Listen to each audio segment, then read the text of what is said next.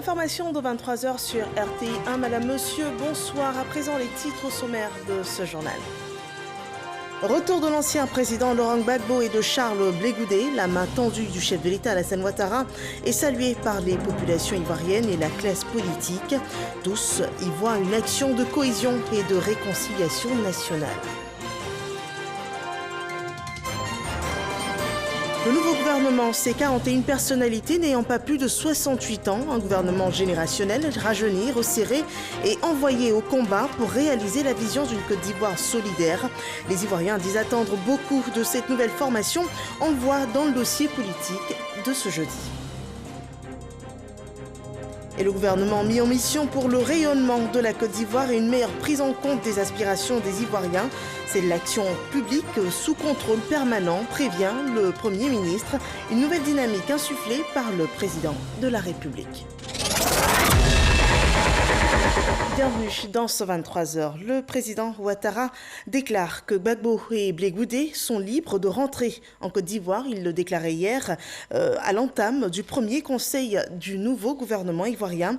Alassane Ouattara a dit prendre acte de cette décision d'acquittement prononcée par la Cour pénale internationale. Le président de la République a d'ailleurs énuméré des mesures accompagnant ce retour. Une décision saluée par la classe politique et les populations. Le point d'Alexis Ouedraogo. L'annonce intervient une semaine après l'acquittement de l'ancien président Laurent Gbagbo et Charles Blé Goudé jugés pour crimes contre l'humanité par la CPI. Ils sont libres de rentrer en Côte d'Ivoire quand ils le souhaitent. Les frais de voyage de M. Laurent Gbagbo ainsi que ceux des membres de sa famille seront pris en charge par l'État de Côte d'Ivoire. Une annonce aussitôt saluée par les populations qui y voient un véritable coup d'accélérateur au processus de réconciliation nationale engagé dans le pays. Aujourd'hui, s'il y a quelque chose dont les Ivoiriens ont vraiment besoin, je pense bien que c'est de la réconciliation. Alors moi, je dirais que c'est une très bonne initiative qui vraiment va arranger toute la population ivoirienne.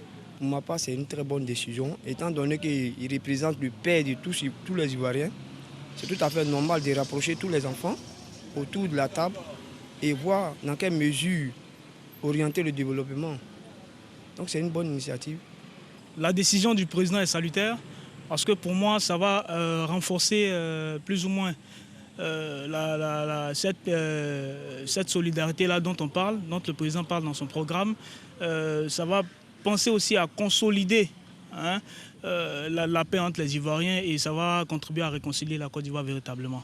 Et avec les populations, l'opposition ivoirienne, le professeur Georges Armand Ogna, président de la plateforme EDS et député de Yopougon, salue la mesure. Je dois dire que cette annonce me réjouit et je salue cette annonce qui va véritablement dans le sens de la réconciliation nationale à laquelle aspire profondément le peuple de Côte d'Ivoire. Le président Laurent Gbagbo et le ministre Charles Blé Goudé sont des Ivoiriens, quoi de plus normal qu'ils rentrent chez eux et qui plus est acquittés définitivement par la Cour pénale internationale. C'est tout à fait normal, je salue cette décision. Au RHDP, l'on ne s'étonne pas de cette annonce. Le parti est depuis longtemps résolu à consolider le climat de paix dans le pays. Le président Alassane Ouattara a toujours fait preuve de grandeur d'esprit. Il est d'un humanisme à nul autre pareil. Il a créé un ministère en charge de la réconciliation nationale et de la cohésion nationale. Quoi de plus normal que de dire à Laurent Gbagbo de rentrer dans son pays pour être conforme à ses propres exigences.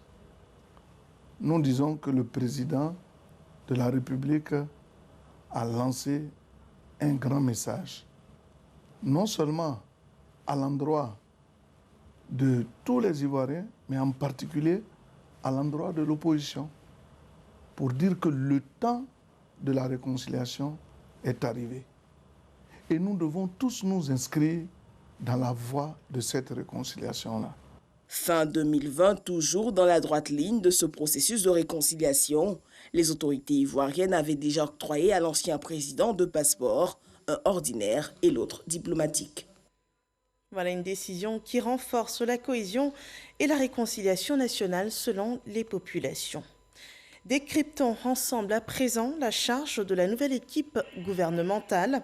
Elle devra relever le défi d'une Côte d'Ivoire plus solidaire et compétitive, avec un effectif resserré et rajeuni, un tout nouveau dynamisme est insufflé à l'action publique. Et pour atteindre les objectifs, les membres du gouvernement seront régulièrement évalués. On voit cela avec Adama Koné. Lendemain de week-end pascal, un vent nouveau souffle au palais présidentiel. La messe est dite sur la mission du nouveau gouvernement. L'équipe Patrick Achi doit retrousser les manches et pour cause. Le gouvernement dont j'ai l'honneur de coordonner l'action sous votre haute autorité sera un gouvernement de mission et un gouvernement de combat. Et pour aller à ce combat, celui du développement, le président Alassane Ouattara donne l'allure à adopter. Je vous demande de travailler en équipe, de faire preuve d'une grande humilité et d'être au contact des populations afin de mieux les servir.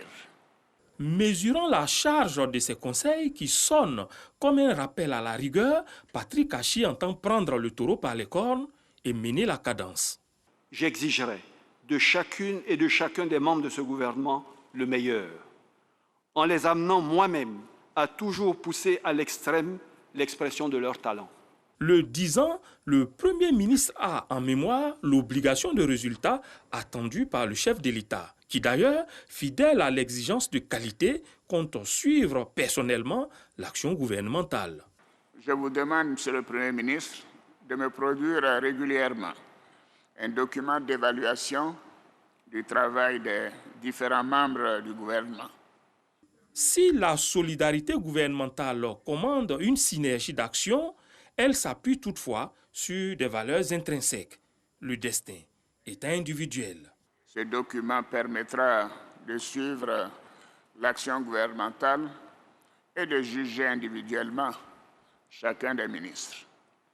Le top départ est ainsi donné. Chaque membre du gouvernement est du coup au pied du mur, la truelle à la main, prêt à bâtir la Côte d'Ivoire. Les membres du gouvernement au pied du mur, c'est un gouvernement de mission et de combat, une formation rajeunie pour une meilleure prise en compte des aspirations des Ivoiriens. La population qui, comme le président de la République et le Premier ministre, attend beaucoup de cette nouvelle équipe. Gabriel Zani rapporte les attentes des Ivoiriens et c'est le dossier politique de ce jeudi.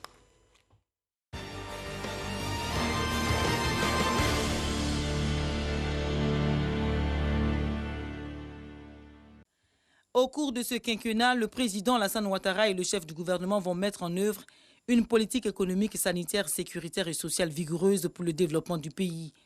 C'est ce qui ressort du premier discours de Patrick Achi.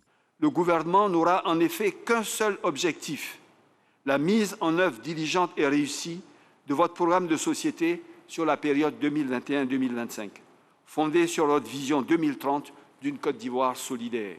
Derrière les mots du Premier ministre, il y a un projet de renouvellement qui devra se dessiner en croissance des régions. Ce gouvernement que vous avez voulu plus resserré et rajeuni, dont l'architecture épouse les grandes orientations de votre projet de société, ce gouvernement qui fait une part juste à nos sœurs en leur donnant des postes de premier plan, ce gouvernement qui épouse la diversité régionale de notre pays est l'outil qui permettra à notre Côte d'Ivoire de poursuivre sa marche dans la voie d'un progrès et d'une prospérité partagée. 14 districts, y compris les 2 districts autonomes de Yamoussoukro et d'Abidjan. Les 12 autres districts subdivisés en 31 régions. Il y a une répartition des ministres sur l'ensemble du territoire ivoirien.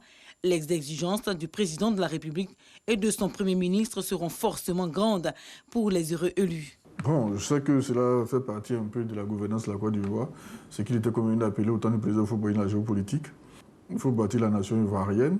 Je pense qu'il faudrait un plan national de développement qui est piloté par le Premier ministre, de sorte à ce que les Ivoiriens se regardent comme des frères, cohabitent, collaborent. Un plan national qui essaie de partager le fruit de la coopération sociale en fonction des besoins des régions. Ils ne sont pas les seuls à attendre beaucoup plus des ministres. Les Ivoiriens aussi veulent voir des changements. Quand nous prenons par exemple la région de l'Ouest, qui peut-être par le passé avait été représentée par un seul ministre, aujourd'hui se voit représentée par un ministre et un secrétaire d'État chargé des affaires maritimes, en l'occurrence le docteur Cyril Célestin, président du conseil régional même du Guémont.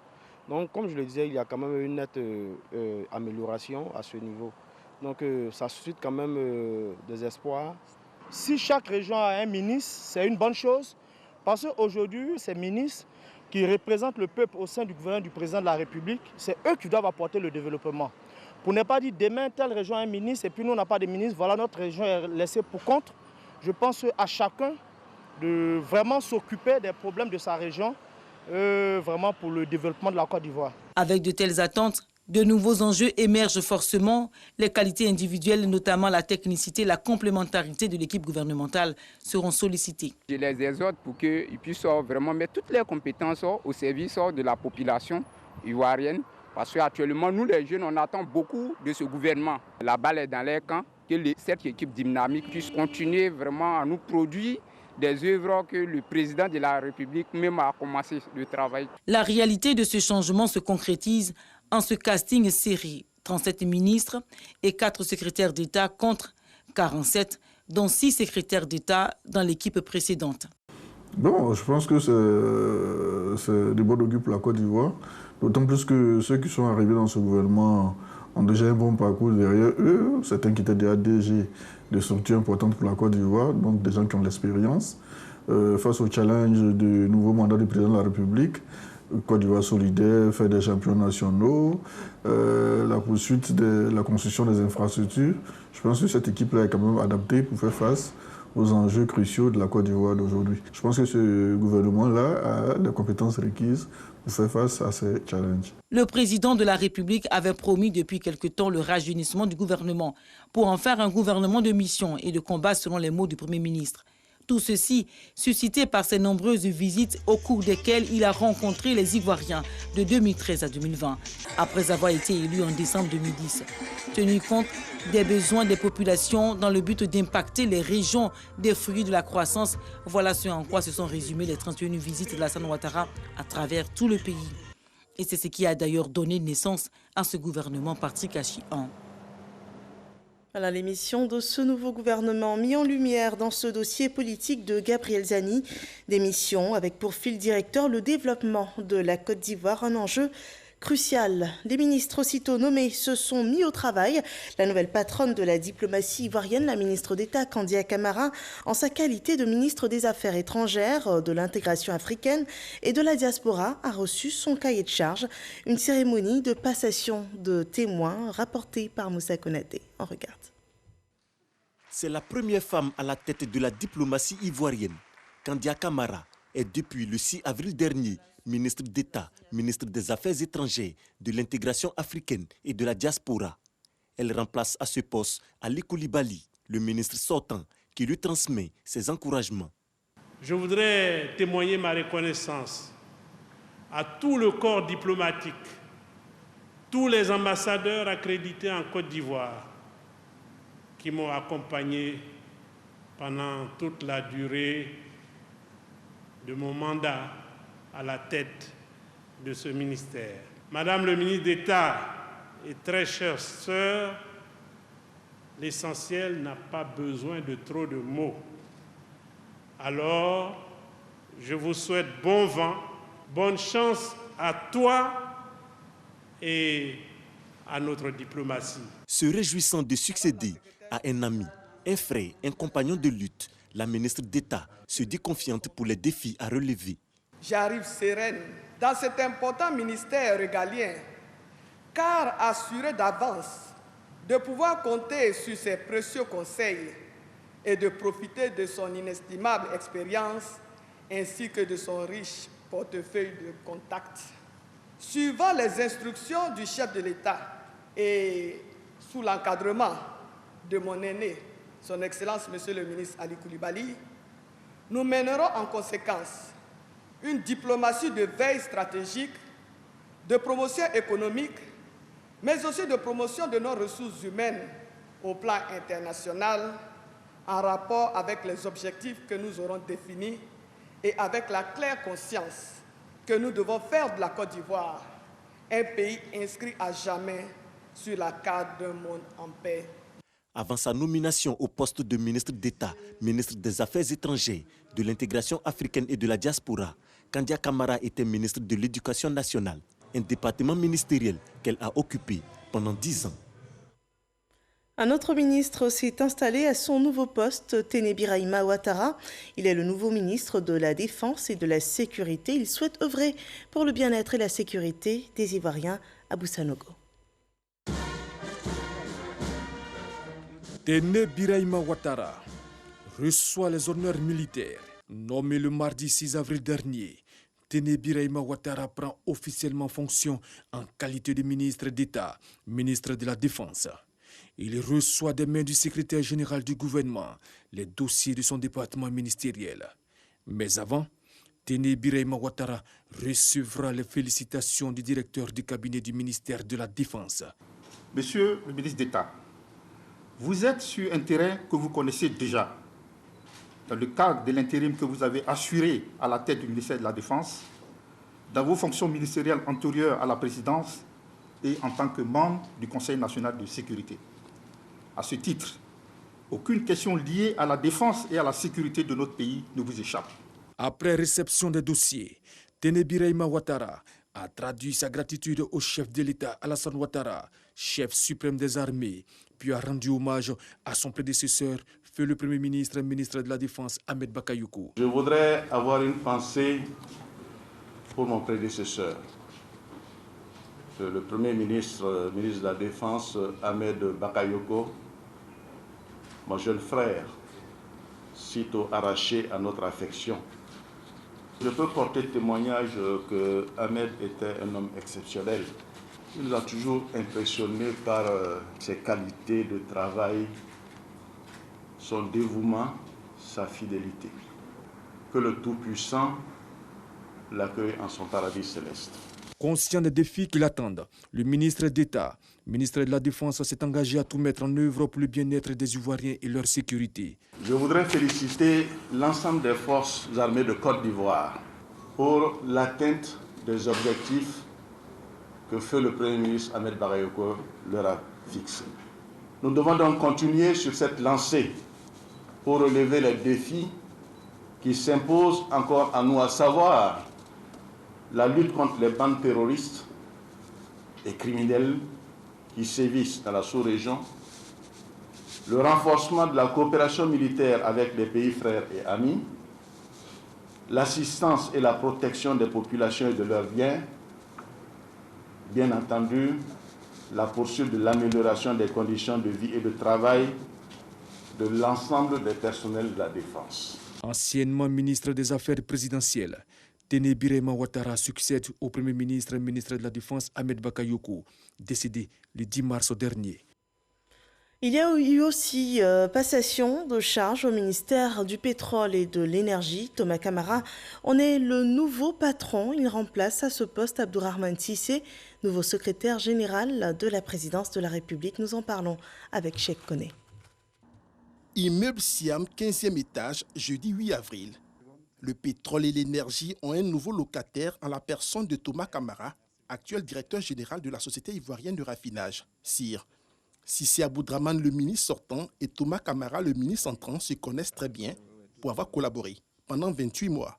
Une franche collaboration qui a le mérite de mettre en lumière les compétences professionnelles de son successeur, a reconnu le ministre sortant. Cette nomination est la reconnaissance de ses compétences. Comme on le dit souvent, il est la bonne personne à la bonne place. Félicitations, chers frères, pour cette brillante nomination. Dans ses premiers mots, le tout nouveau ministre a invité l'ensemble du personnel de son département ministériel ainsi que les directions décentralisées à poursuivre les progrès réalisés par son prédécesseur. Chers collègues du ministère, je suis un des vôtres, j'arrive. Je souhaite donc que la collaboration soit bonne, que nous puissions continuer les actions qui ont été réalisées.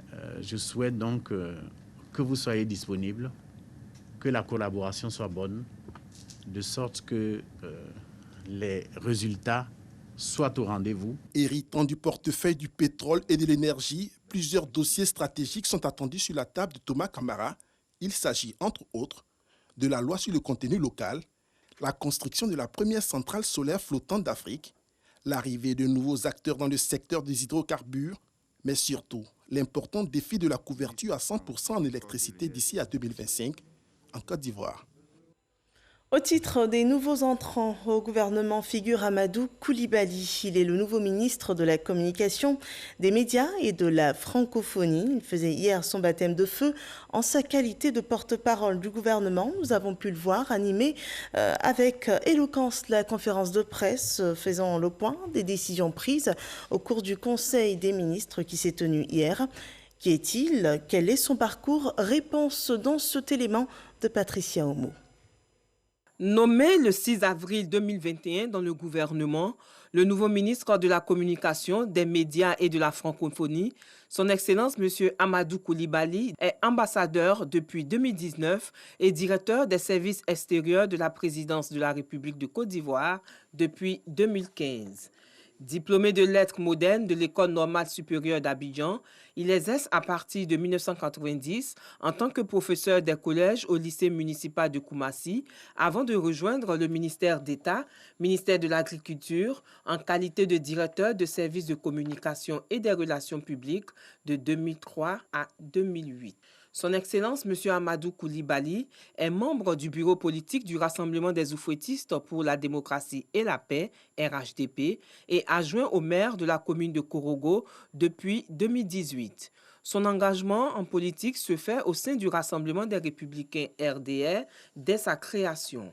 Il commence par faire ses preuves au sein du Rassemblement des Jeunes Républicains, RJR, où il finira par occuper le poste de vice-président national de 1998 à 2000. Ses qualités d'excellent communicant et de bon orateur lui valent l'accession au poste de secrétaire national adjoint à la communication du RDR de 2004 à 2013. En 2006, le président du RDR, son Excellence M. Alassane Ouattara, le prend à ses côtés en qualité de conseiller en communication jusqu'en 2010. En 2015, il est conseiller en communication de la direction nationale de campagne du président du RDR. Il aura été également conseiller de la présidence du RDR en 2017. Son mérite personnel et les services éminents rendus à la nation ont été récompensés à travers son élévation au rang d'officier de l'Ordre national de la République de Côte d'Ivoire. Marié, le ministre de la Communication, des médias et de la francophonie a été élu député de Korogo sous-préfecture aux élections législatives du 6 mars 2021. Découvrons à présent cet autre nouveau ministre du gouvernement, Patrick Achi. Alcide Djedje, il est le ministre délégué chargé de l'intégration africaine auprès du ministre d'État, ministre des Affaires étrangères et de l'intégration africaine et de la diaspora. Sephora Zegui nous conte son parcours. Il est le tout nouveau ministre délégué auprès du ministre d'État, ministre des Affaires étrangères, de l'intégration africaine et de la diaspora. Alcide Ilaïri Djedje est chargé de l'intégration africaine. À 65 ans, il a été le directeur général des relations multilatérales du 14 mars 2018 au 6 avril 2021. Également conseiller technique du ministre des Affaires étrangères de 2017 à 2018. Au cours de sa carrière de diplomate, Alcide Ilaïri Djedje a été le représentant permanent de la Côte d'Ivoire auprès de l'Organisation des Nations Unies à New York de 2006 à 2010 et conseiller diplomatique du président de la République.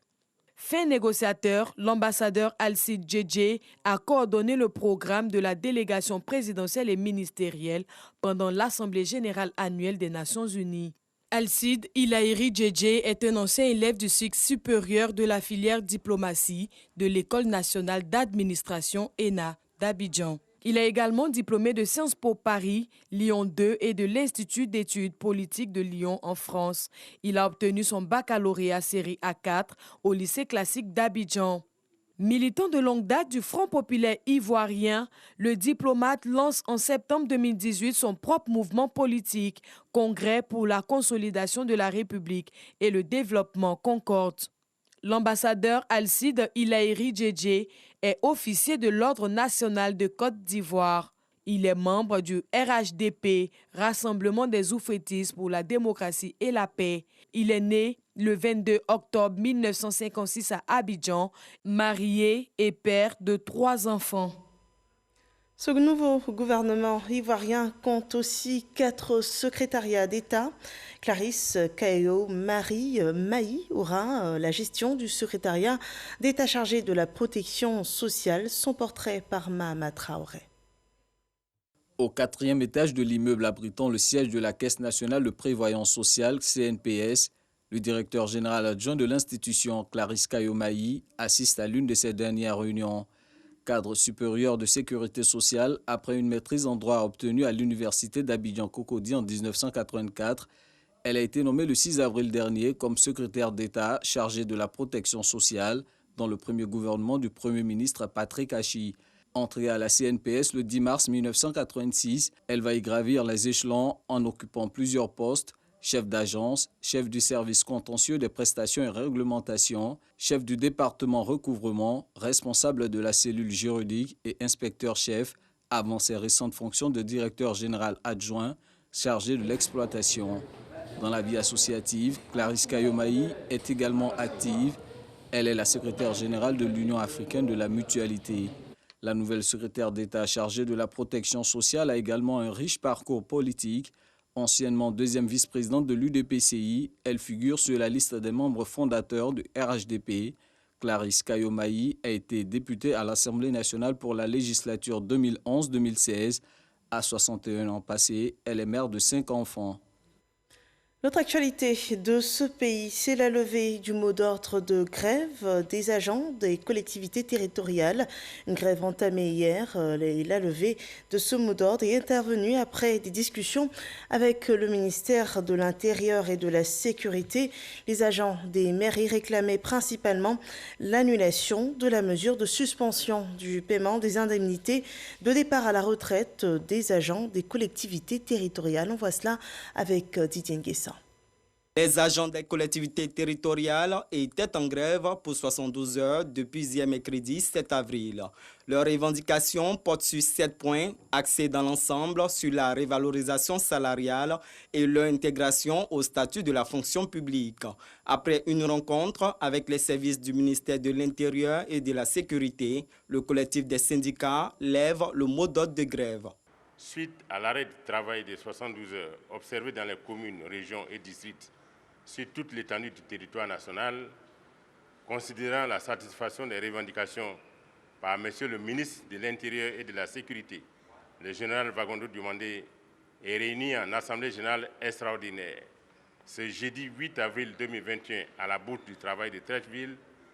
Décidons de la suspension de l'arrêt de travail et demandons à tout le personnel de reprendre le service dès ce jour. Le collectif des syndicats nationaux des agents des collectivités territoriales de Côte d'Ivoire compte au moins 30 000 membres. À présent, voyons le point de la situation sanitaire en Côte d'Ivoire.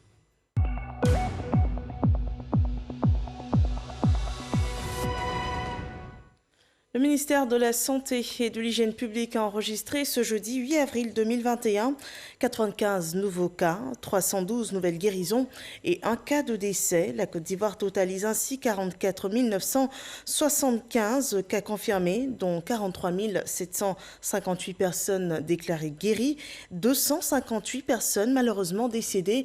Il reste encore 959 cas actifs. Le point de la campagne de vaccination lui présente un total de 56 082 personnes vaccinées en tout en Côte d'Ivoire du 1er mars au 8 avril 2021.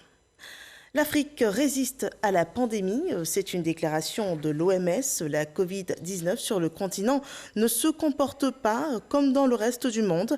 Les chiffres des contaminations et de la mortalité sont très inférieurs à ceux de l'Europe ou de l'Amérique du Nord. Pour comprendre cette dynamique particulière de l'épidémie sur le continent, les chercheurs du Nord et du Sud travaillent ensemble. Plusieurs facteurs expliquant cette situation sont relevés. Tout d'abord, la démographie. La population étant en moyenne plus jeune, il y a beaucoup moins de personnes vulnérables sur le continent africain. Une protection par des anticorps et les réponses des pays à l'épidémie, notamment la fermeture des frontières, le contrôle des populations, des mesures qui se sont avérées efficaces. C'est la fin de ce rendez-vous d'information. Merci de nous avoir suivis. Je vous retrouve demain dès 10h sur RT1 pour la suite de l'actualité sur RT1. Bonne soirée chez vous.